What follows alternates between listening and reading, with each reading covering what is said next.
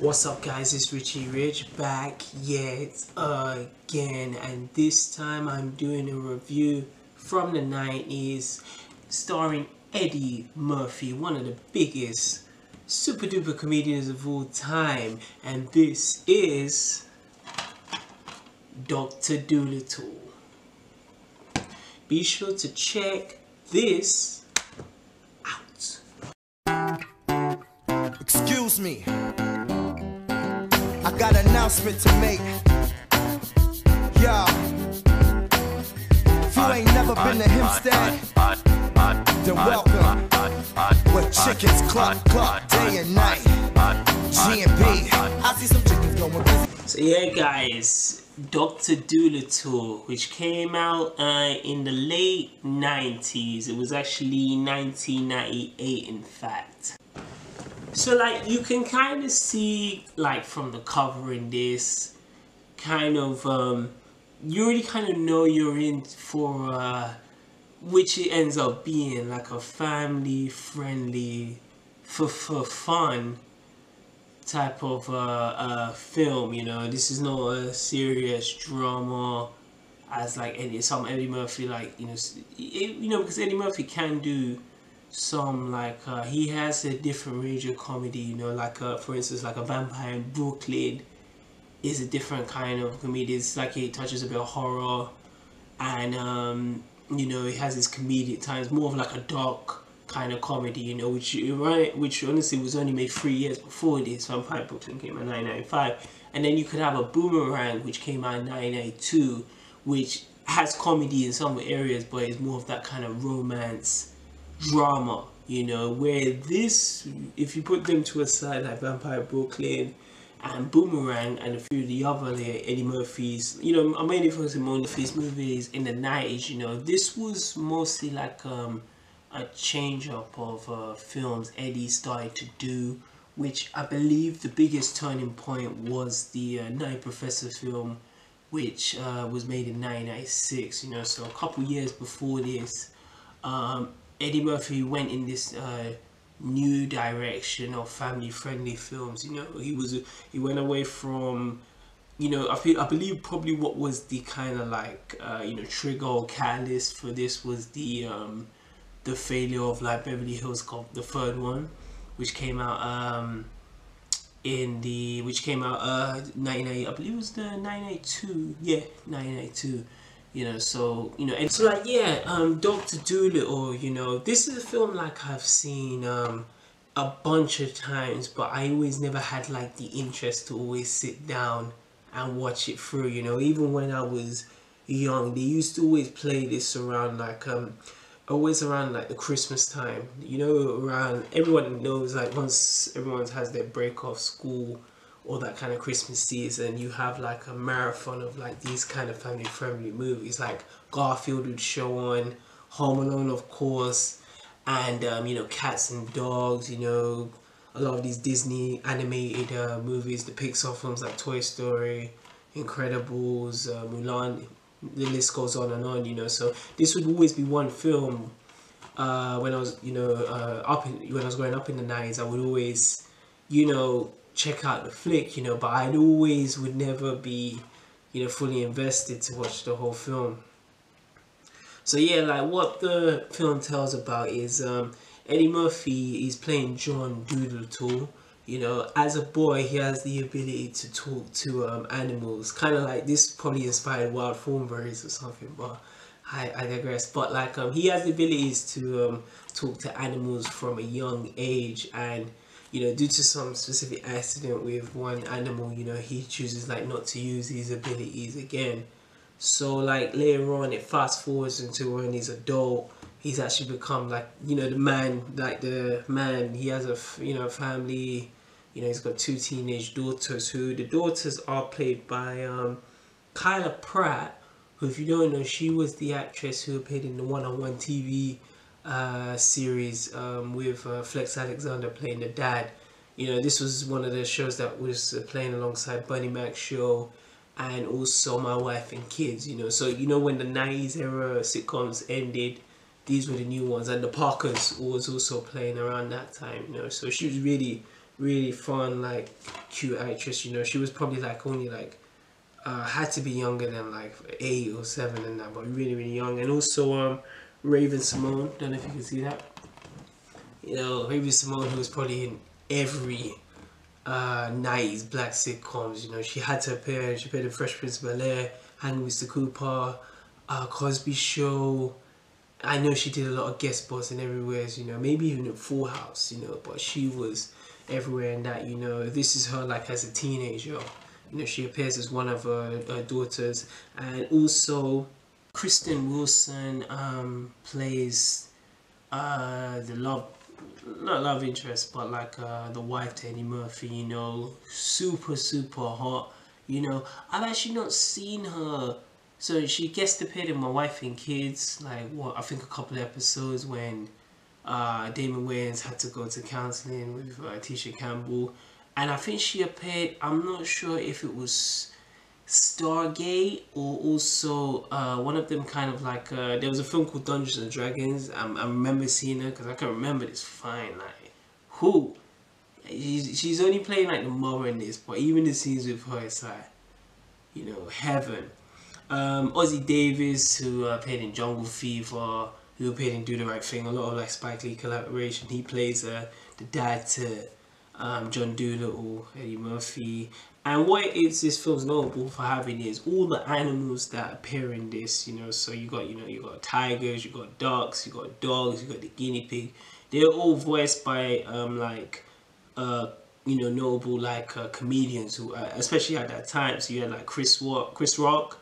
You know, John Leguizamo, Norm Macdonald, who ends up playing the you know, the main character, the dog, who Eddie Murphy is with, Albert Brooks, Gary Shandling, and this was like Ellen DeGeneres before the rise of her popular talk show that she has today. You know what I mean? So like, the story is the basic kind of like family formulaic, you know, that it happens in a lot of these like, you know, kid family films. You know, Eddie Murphy is someone who spends too much time involved with his work, and he's not able to spend time, you know, being like a dad, you know, being like a husband to his wife, you know, because he's always allowing work to get in the way. Because as he is as a surgeon, he'll sometimes get last minute calls to, you know, we need to go do an operation on this like patient.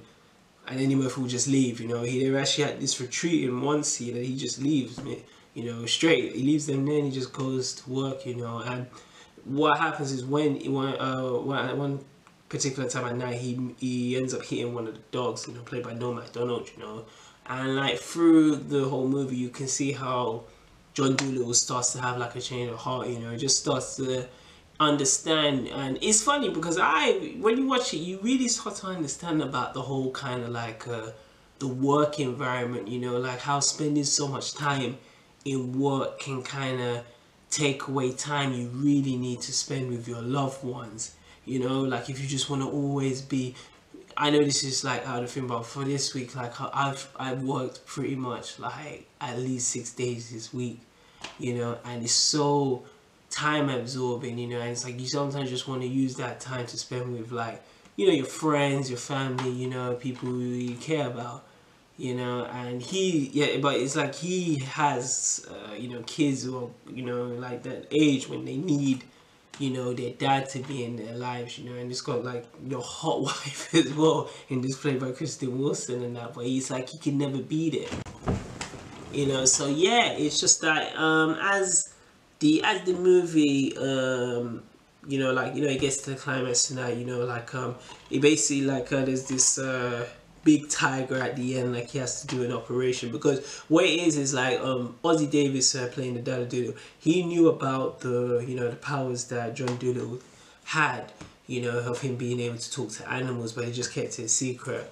As the film, you know, gets to like the third half of it, you know, it's like Eddie Murphy kind of doesn't, you know, care so much of being called crazy, or you're a lunatic, how can you be talking to that you know, to that canine or that, you know, tiger, you know. And even the wife starts to think he's like, oh, a little bonkers, you know. But he ends up saving like the tiger, who was in extreme pain, at the end of the film, you know, and he's at the end he's able to kind of accept that, you know, with great power comes great responsibility. I love that line.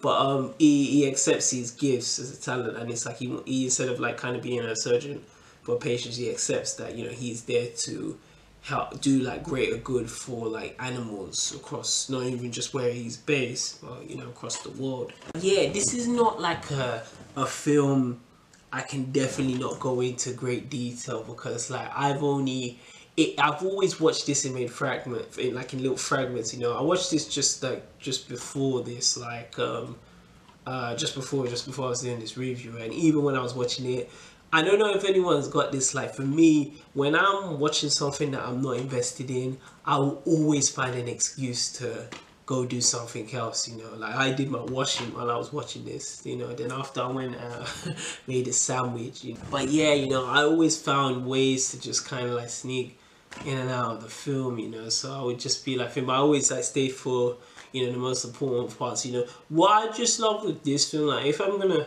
primarily talk about the positives, you know, I love how Eddie Murphy, he played this kind of role more straight, you know, like he is Eddie, like, you know, the the Eddie comedic one, but it's like he can be the straight guy, and then he can be like Buddy Love in Nutty Professor, you know. He's Eddie Murphy's a very underrated actor, you know. We all know he's a great comedian from, like, you know, Raw in the 80s, and how he was like in Coming to America, you know, like playing the multiple characters, you know. But I love like this kind of version of Eddie, you know, playing John Dolittle. He plays it very like straight and precise, you know. He's a family man in this, you know. He's not like the guy in Boomerang, you know what I mean, or like the player like he can be, you know. So he plays it really just like you know, it's similar how he kind of plays it in because as I was saying about like the family friendly films, you know,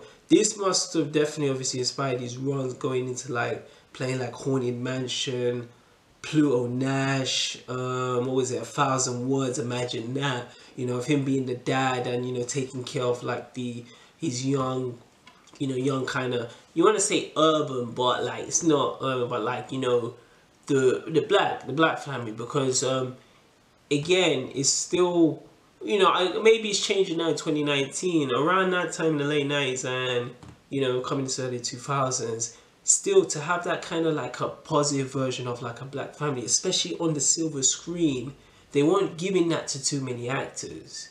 You get what I mean? Eddie Murphy was the, you know, main dude. Chris Rock had films, but he still didn't have like that kind of international kind of sense, you know, international film. Like when Eddie Murphy's on the film, that's top billing, we were going to show it across the world. Chris Rock was doing that, but he still was more of always like a supporting actor, you know. Sure, he had films like Head of the State and Down to Earth, but it, you know, there's still a difference from how Eddie Murphy could carry a film towards like how Chris Rock or today even Kevin Hart carries a film, you know.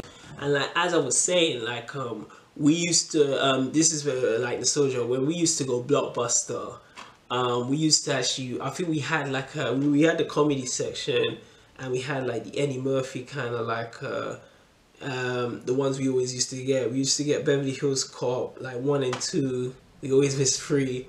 Coming to America, Nutty Professor, and Life. That was the 5 films we used to get at Blockbuster. And I remember Blockbuster only gave us like 2 days like to, you know, keep the DVDs. I think it was VHS cassettes at the time. They gave us like only a couple days and that, and we used to always sometimes like overextend it. But what we used to do, we always used to wait on Friday and watch like each version of Eddie Murphy, you know, each of Eddie Murphy, you know. And it was just nice, you know, because Eddie Murphy, if you watch Eddie Murphy in like, for instance, Life, then you watch him in this, you know, same guy, but it's just a different version of Eddie you're seeing. So like, yes, the soundtrack to Dr. Dolittle, again, because like I've not seen the film as much times as I would have liked to, you know, the soundtrack I've not been well too familiar, you know. So I even actually downloaded the soundtrack you know, just like around the time I was watching this, you know. So I was